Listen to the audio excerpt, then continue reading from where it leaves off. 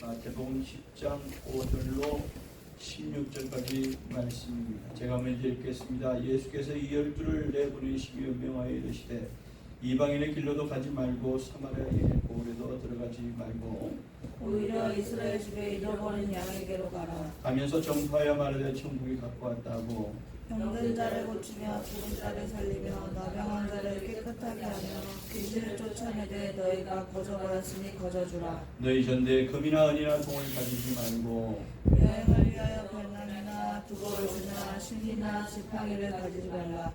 이는 일꾼이 저기 먹을 것을 든 것을 마땅하리라. 어떤 성이나 마을에 들어가든지 그 중에 합당한 자를 찾아내어 너희가 떠나기까지 거기서 머물라. 또 그 집에 들어가면서 평안하기를 빌라. 그 집이 이에 합당하면 너희 평안이 거기 임할 것이요 만일 합당치 아니하면 그 평안이 너희에게 돌아올 것이니라. 누구든지 너희를 영접하지 아니하고 너희 말을 듣지도 아니하거든 그 집이나 성에서 나가 너희 말에 너희를 떠나버리라. 내가 진실로 너희에게 심판날에 소돔과 고모라 땅이 그 성보다 견디기 쉬우리라. 보라 내가 너희를 보냄이 양을 길이 가운데로 보낸 것 같도다. 그러나 너희는 뱀같이 지혜롭고 비둘같이 순결하라. 아멘.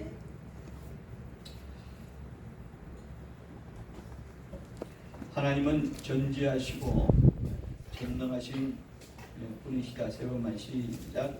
하나님은 전지하시고 전능하신 분이시다. 하나님은 전지하시고 전능하신 분이시다. 하나님은 전지하시고 전능하신 분이시다. 아멘.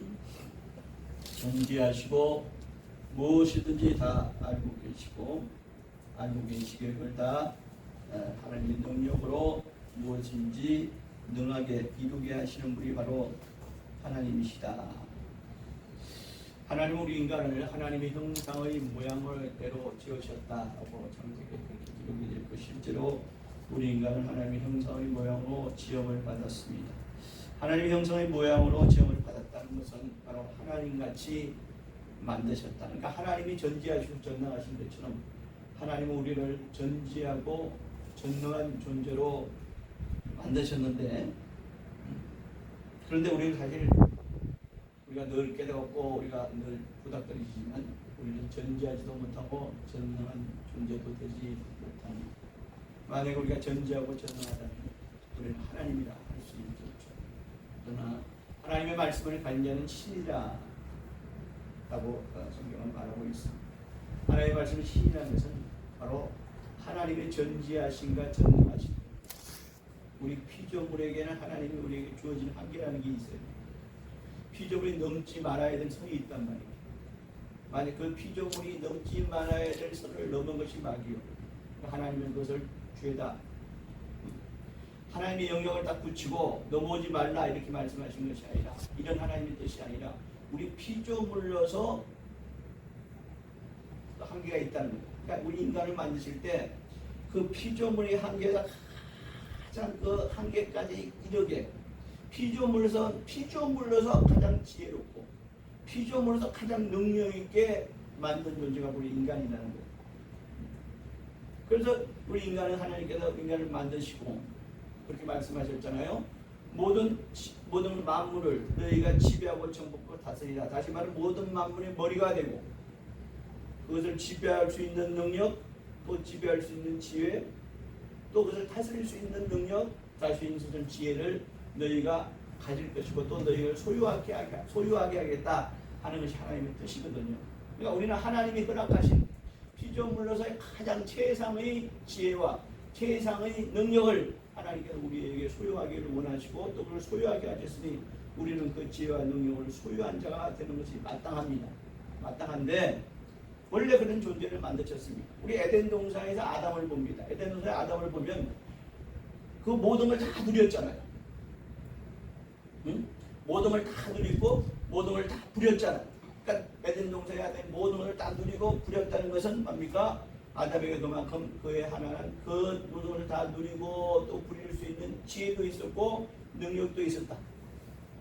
이런 능력을 하나님께서 부여했는데 또 그 증거로 또 어떤 증거가 있습니까? 그 모든 에덴 동산에 속해 있는 모든 동식물에 관해서 움직이는 모든 생명체가 아담이 다 이름을 지었더라 그랬습니다. 이름은 누가 지어요? 주인이 짓는 거예요. 우리 부모가 자식의 이름을 짓듯이 주인이 모든 피조물의 이름을 지을 수 있는 자격이 있는 것이거든요. 그러니까 아담이 그 모든 에덴 동산에 있는 모든 생명체에 대해서 이름을 지었다는 것은 그만큼 아담에게는 주인으로서의 지혜와 주인으로서의 능력을 소유했다라고 우리는 충분히 미루어 짐작할 수 있습니다. 그런데 그 아담이 뱀에게 속음으로 인해서 그 지혜와 능력을 그 모든 주인으로서의 권세를 박탈당해 버리고 말잖아요. 그러니까 뱀에게 속은 결과가 뭡니까? 뱀에게 속은 결과가 뭐예요? 죄라는 게 들어가죠. 물론 그 뱀이라는 것도 뱀 자체도 에덴 동산에 하나에 속해 있는 동물입니다. 굉장히 지혜로운 동물이었을 거라고 봅니다. 왜냐하면 아담을 속일 만큼의 지혜가 있었으니까. 주인된 아담을 속일 만큼의 지혜가 뱀에 있었으니까 마귀가 그 뱀을 이용했다. 그 뱀이 하와에게 먼저 접근해서 하와를 속입니다. 하와가 속음으로 해서 창세기 3장 6절에 보면 하와가 속는데 아담 뱀의 말에 하와가 속습니다.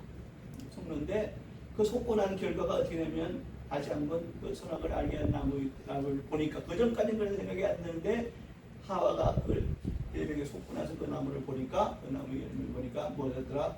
먹음직도 하고 보암직도 하고 탐스럽기도 했다. 그 전까지는 그런 생각이 안 들었어요. 근데 뱀에게 속고 나니까 지혜로운 뱀에게 속고 나니까 어떻게 돼요? 먹음직도 하고 보암직도 하고 탐스럽게 돼요. 여러분 이 세상 살면서요 먹음직, 보암직, 탐스럽 이 세 가지 조건만 충족시키면 더 이상 뭐가 필요해요?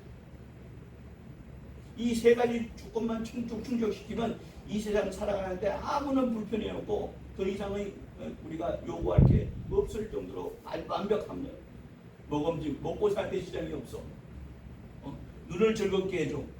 눈을 즐겁게 한다는 내 마음도 기쁘게 한다는 얘기거든요. 보암직, 그 다음에 심지어 탐스럽기도 하다. 사람들이 온갖 언급폐물로 이렇게 장식을 하죠. 왜? 언급폐물이 어쩌고 좋아 보이거든. 그래서 언급폐물로 장식한 사람들은 높이 보잖아요. 존중해지잖아요. 먹음직도 하고 보암직도 하고 탐스럽기도 했다. 그렇게 보이더라. 하와가 보기에는 저것만 내가 소유 안 되면 선악을 알게 한 나무의 실과만 내가 먹는 데면 그것만 소유 안 되면 이 세상에 먹고 사는 문제 또 나를 즐겁게 하는 것들 그 다음에 나를 시장에 있는 모든 것들 더 이상 바랄 거 없는 거예요. 그러니까 하와가 아담의 고마움을 그대로 전달하니까 아담도 그만 선악을 알게 한 나무의 실과를 따먹었어. 뱀에게 속은 결과는 말이죠. 물론 그 뱀의 배우는 마귀라는 악한 영이 있지만 그러나 결국은 마귀가 뱀을 이용을 했다는 것은 뭡니까? 그 에덴 동산에 사람을 빼고 가장 지혜로운 동물이 뱀이었더라 하는 결론이 우리는 충분히 볼 수 있거든요.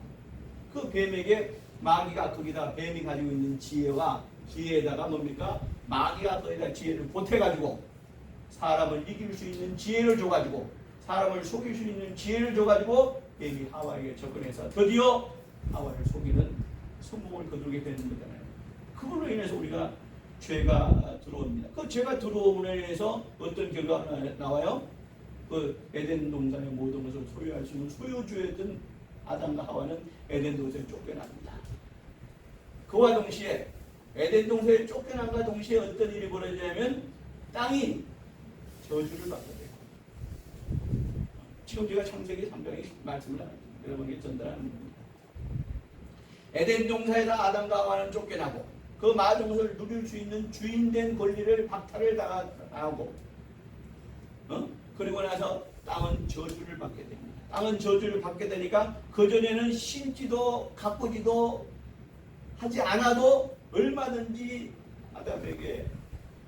아담과 하와에게 공급되는 그 모든 동식물들이 어떻게 해요? 땅이 저주를 받음으로 인해서 하나님께서 그렇게 하면 종신토록 네가 평생토록 수고해서 땀 흘려야지만 이제부터 네가 먹고 살 길을 공급받을 수 있게 된다. 이제부터 뭐야? 수고가 들어가. 땀 흘리는 수고, 고생하는 수고 이게 들어간단 말이야. 그 전까지는 그렇지 않은데. 그러니까 이게 무슨 얘기냐면 이 죄로 인해서 사람은 어떤 결과가 오게 영적으로는 하나님 앞에 버림받은 바가 되고 하나님과 단절된 천국을 잃어버리는 그런 그것이 영적으로 보는 얘기죠. 육적으로 볼 때는 뭡니까? 사람은 앞으로 죄가 들어오면 세상 살기가 어때요? 팍팍해졌대요. 고생스럽다. 이제는 뭐야? 세상 살기가 이제는 뭐야? 고행길이 되는 그 시초가 뭐가 되냐? 죄라는 게 들어옵니다. 그러니까 죄가 들어오므로 이제는 세상에서 먹고 살기가 뭐였더라? 팍팍해졌더라. 그 전까지는 안 그랬는데, 그러니까 세상에서 먹고 살기가 팍팍해진 그 원인이 뭐였더라? 죄. 그로 인해서 먹고 살기가 팍팍해지니까 자연스럽게 뭐가 생겨요? 서로 헐뜯고 죽이고, 서로 헐뜯고 올려쓰려고 하고 짓밟기도 하고. 그러니까 그 이유가 뭐야? 나 잘 살자. 그 전까지 하나님 공급해주는 모든 것을 자연스럽게 공급받았는데, 이제부터는 죄가 들어오면 하나님께서 종신도는 네가 땀을 흘려야지만이 그 무엇을 먹을 수 있다. 이제는 뭐야? 경쟁사회가 시작이 된 경쟁사회. 예전 전에 쫓겨난 다음에 경쟁사회가 시작되니까, 심지어 경쟁사회의 첫 번째 신호탄이 뭐예요? 첫 아들 가인이 둘째 아들을 아벨을 죽이는 것이 시작. 그 전부터 이제 경쟁사회가 되니, 이제부터 뭐야? 너 필요 없어. 이제 나 잘 살자. 오직 나만 잘 살면 되는 거야. 그 다음에 나 잘 먹자고, 나 잘 되자고 계속 그것이 바로 그 원인이 뭐야? 죄가 들어오므로. 하지만 마귀가 이용한 내백의 소금으로 인해서 죄가 들어오면서 지금까지 그 모든 것이 인간의 삶 자체가 팍팍해지고 어려워지고 힘들어지고 서로 경쟁사회가 서로를 죽이게 되는 지금까지 쭉 이어오고 앞으로도 이렇게 될 것이다. 그러면 이 난국을 어떻게 타게? 우리가 성경에 보면 가장 하나님의 복을 받은 여러 사람이 있지만, 우리 솔로몬 왕을 우리가 볼 수 있어요. 솔로몬 왕 11개상 3장을 보면 솔로몬 왕이 하나님께서 그 믿음을 보시고 솔로몬 왕에게 네가 나에게 요구하는 것이 뭐냐, 원하는 게 뭐냐 하나님께서 묻습니다. 그러니까 솔로몬 왕이 뭐예요? 우리 같으면 하나님이 우리에게 원하시는 뭐냐? 하나님, 집 없는 자는 집 주세요. 자식 없는 자는 자식 주세요. 먹고 살 게 없는 자는 먹고 살 거 주세요. 이렇게 할 텐데, 솔로몬 왕은 모든 것이 풍족해서 그런 것이 아니라, 솔로몬은 이 모든 것을 공급받을 수 있는 가장 중요한 것, 이 모든 것을 공급받을 가장 중요한 것이 있으니 그것이 뭐였다? 지혜더라.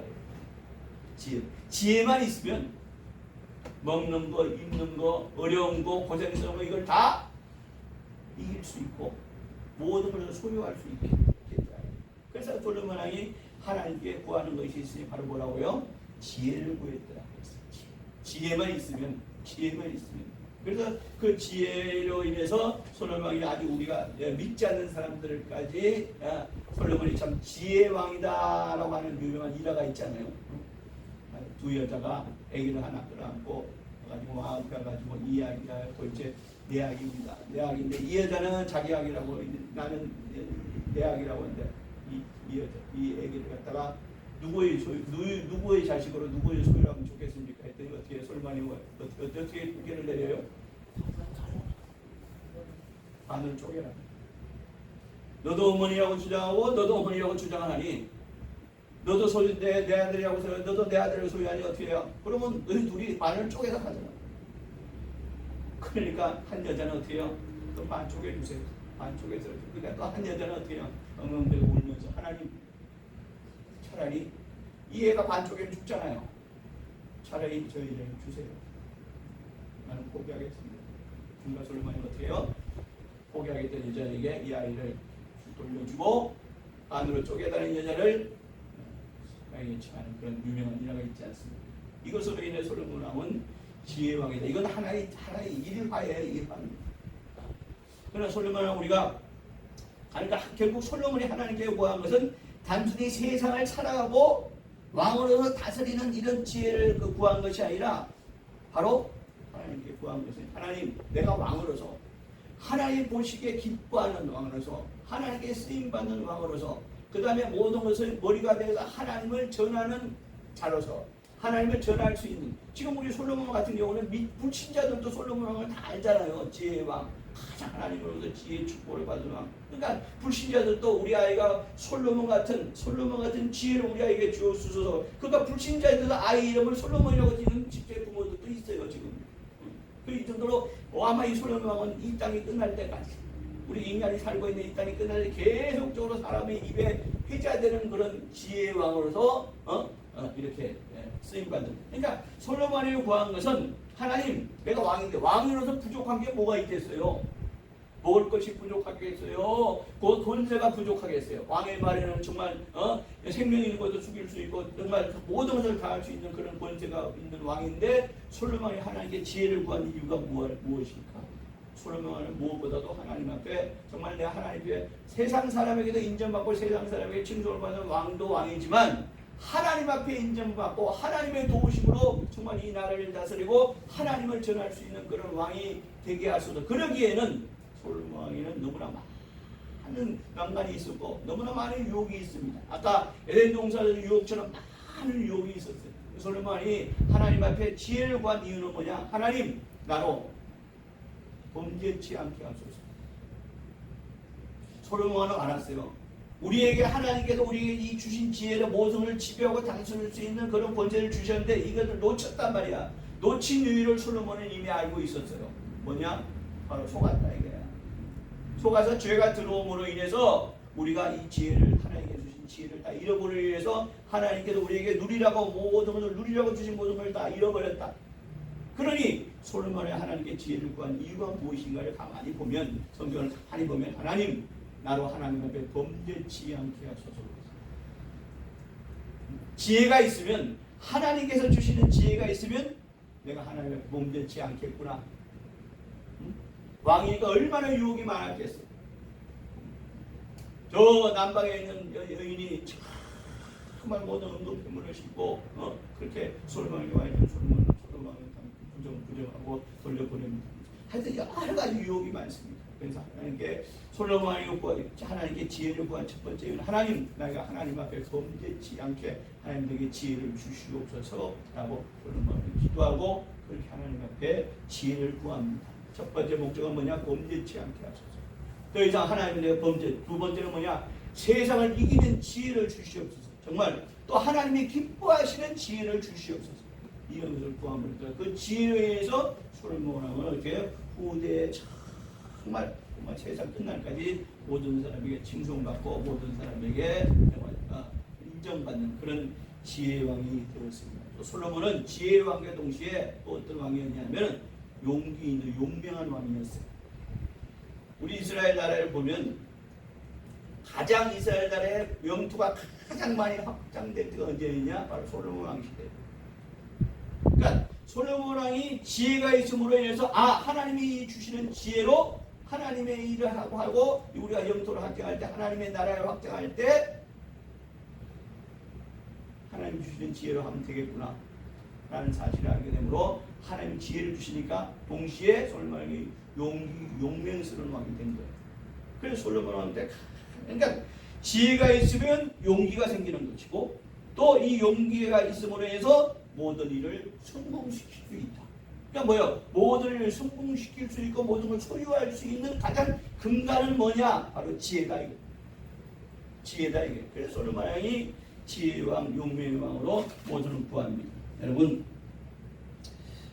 지혜는 모든 우리 인간사, 우리 모든 사는 이 세상에서 정말 모든 걸 소유할 수 있는 근간입니다. 우리가 매일매일 우리 믿는 자들이 매일매일 순간순간마다 하나님 앞에, 우리가 대표기도도 마찬가지고 저도 마찬가지입니다만은 우리가 매일매일 순간순간마다 하나님 앞에 우리는 무엇을 고백해요? 하나님, 나의 뭐야?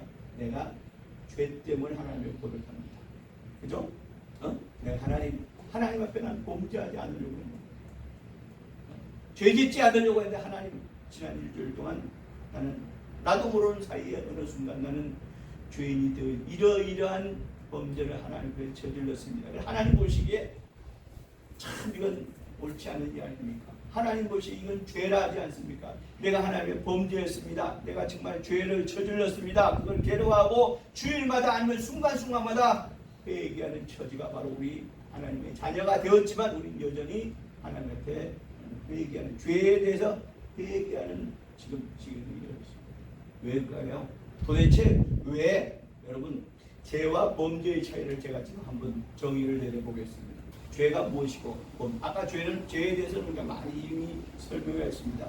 속아서 마귀에게 속아서 우리 그래서 죄는 어디에 있어요? 죄가 어디서 나와요? 우리 마음에서 나오잖아요. 생각에서 나오잖아요. 그럼 범죄는 뭐야? 범할 범죄예요. 죄를 범하면 범죄고 죄된 마음을 가지고 있지만 죄된 생각을 갖고 있지만 죄를 범하지 않으면 범죄가 아니기 때문에 뭐요? 범죄자가 아닌 거예요. 무슨 얘기 아시겠어요? 그런데 우리는 하나님 앞에 나는 비록 범죄하지는 않았지만 죄된 마음이 내 안에 끊임없이 생겼고 지난 한 주간도 죄된 마음이 끊임없이 내 안에서 나를 갖다가 넘어지게 하고 힘들게 하고 있습니다. 그러나 하나님 범죄하지 않았지만 나는 하나님의 죄인입니다라고 얘기합니다. 그러면 죄와 범죄의 차이는 뭐냐? 죄는 내 마음, 영혼 속에 존재하는 거예요. 그죠? 그럼 범죄는 뭐냐? 삶에 저지러지는, 삶에 내가 행하고 저지르는 모든 행위에 하나님 것이 악한 것, 이거 죄, 범죄. 이거 좀 누가 좀 주서줘. 이 원고가 왜 날아가냐? 오늘 성품이 하도 더워서 우리 뒤에 나도 좀 원고가 날아가. 자, 여러분, 죄와 범죄의 차이는 이거예요. 자, 그러면 조금 더 쉽게 얘기하면 나와 나 자신과 상대의 마음에 상처를 입히거나 나와 상대의 마음에 상처를 입히거나 상대와 상대의 환경에 악영향을 미치는 것을 범죄라고 합니다. 이것이 범죄의 정의예요. 알겠습니다. 뭐라고요? 나와 상대의 마음에, 그러니까 내 마음에 상처를 입히는 것도 이것도 범죄다.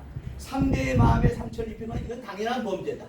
그 다음에 거기다가 상대에게 또 상대와 상대의 환경, 그것이 뭐 물적 손해든 육적 손해든 어떤 손해를 입히고 악영향을 끼치는 것들이 있을 거 아니에요.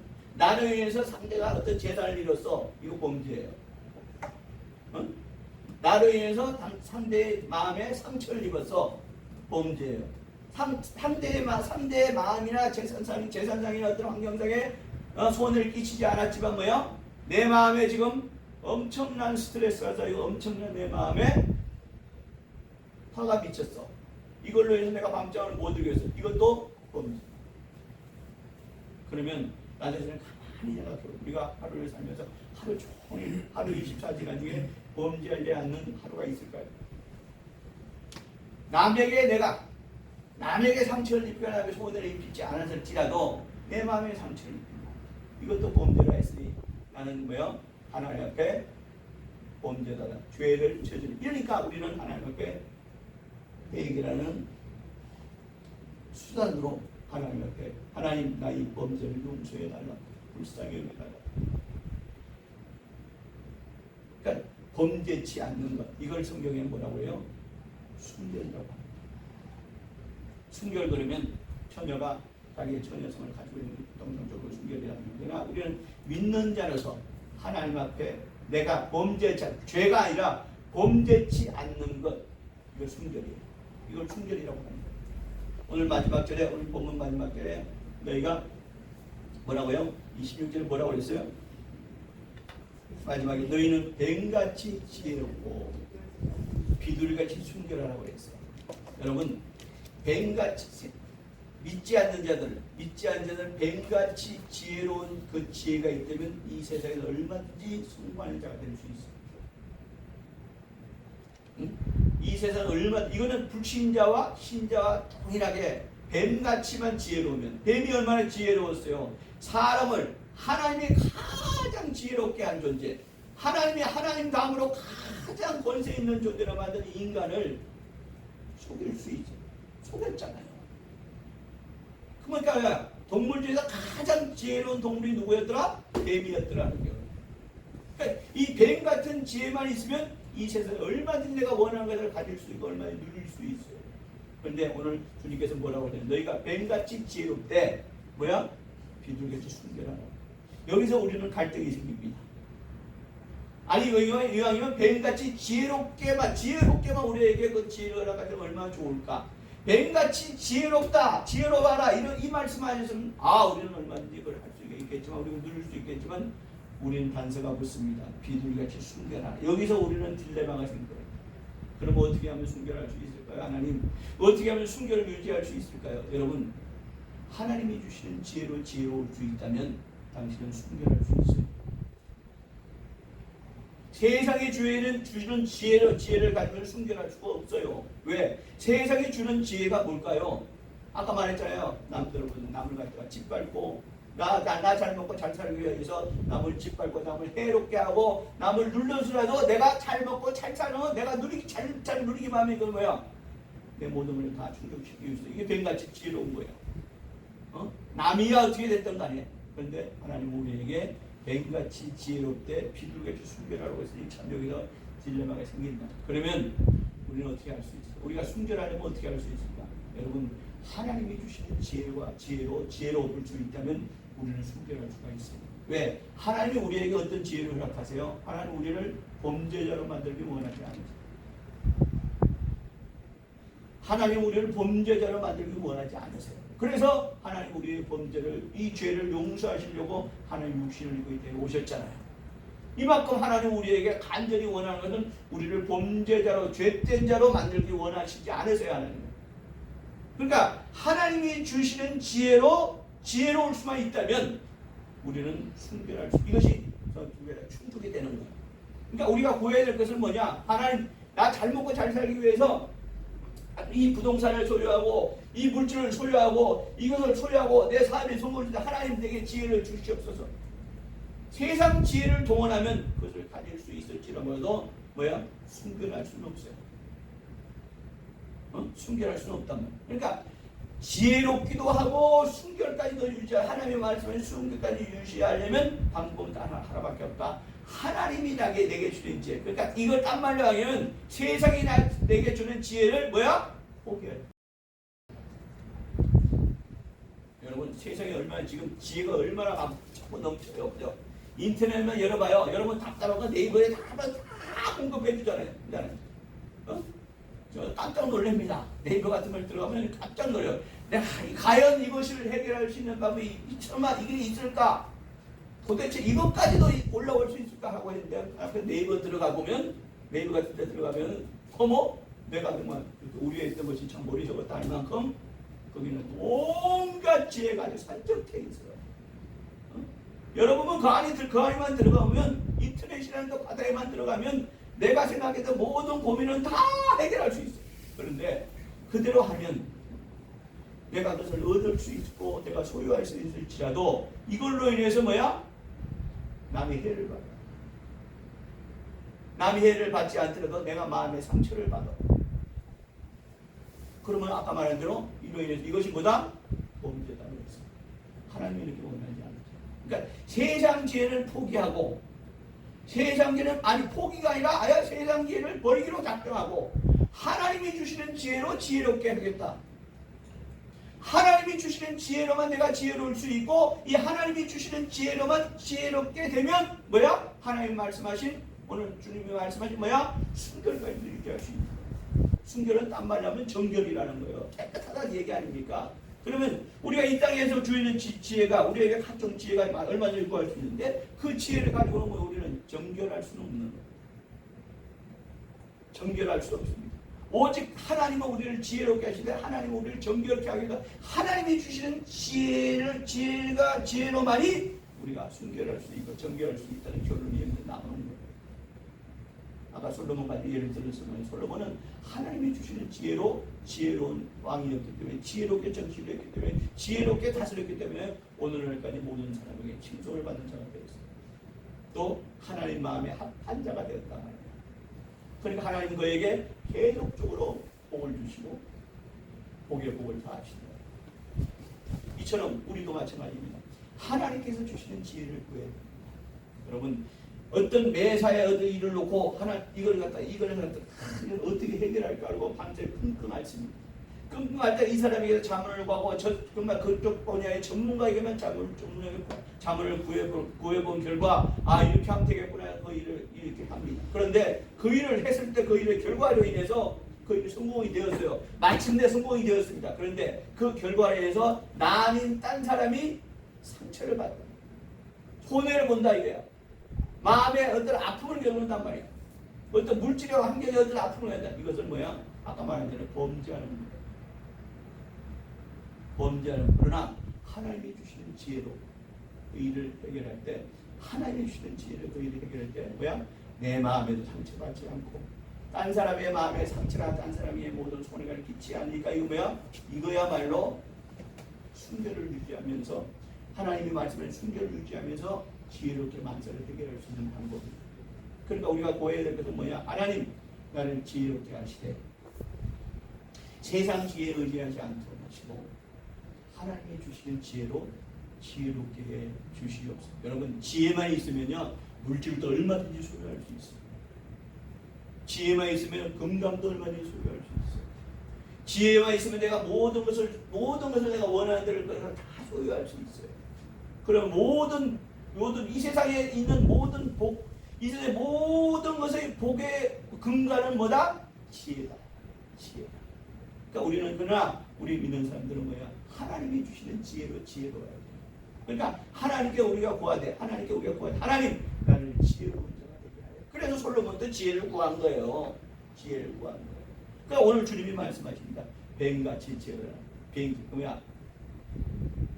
뱀같이 지혜. 우리가 뱀 그러면 간사하고 강교하고 이런 것을 떠올립니다. 악하고. 그러나 오늘 뭐야? 뱀은 에덴 동산에 존재한 뭐야? 동물이었어요. 에덴 동산에 있는 존재하는 에덴 동산에서 있는 동물이었다는 거야. 하나님이 뱀을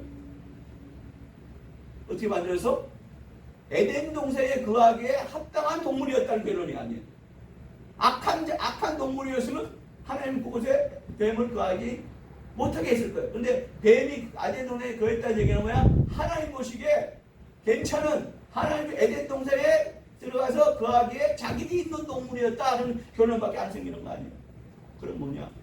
뱀같이 지혜로. 우리는 뱀은 이렇게 뱀은 우리가 그로부터 우리가 죄가 들어온 이후부터 뱀을 징그럽게 보고 뱀은 죽여야 될 사자이고 퇴치해야 될 사자고 하지만 뱀 자체는 원래 에덴 동산에 거하는 동물이었다. 즉 동물 중에 가장 지혜로운 동물이었다는 거예요. 여러분, 그러나 우리 하나님 나를 뱀같이 지혜롭게 하여 주시옵소서. 이건 이런 기도는 아니에요. 하나님이 내게 하나님이 주시는 지혜로 지혜롭게 하여 주시옵소서. 그렇게 하나님이 주시는 지혜로 지혜롭게 하시면 이 지혜로 세상 모든 일을 대하고 그 세상 모든 일을 해결하고 세상 모든 일을 성공시키도록 하죠. 이건 뭐야? 우리는 하나님이 말씀하시는 순결 정결을 유지할 수 있는 거예요.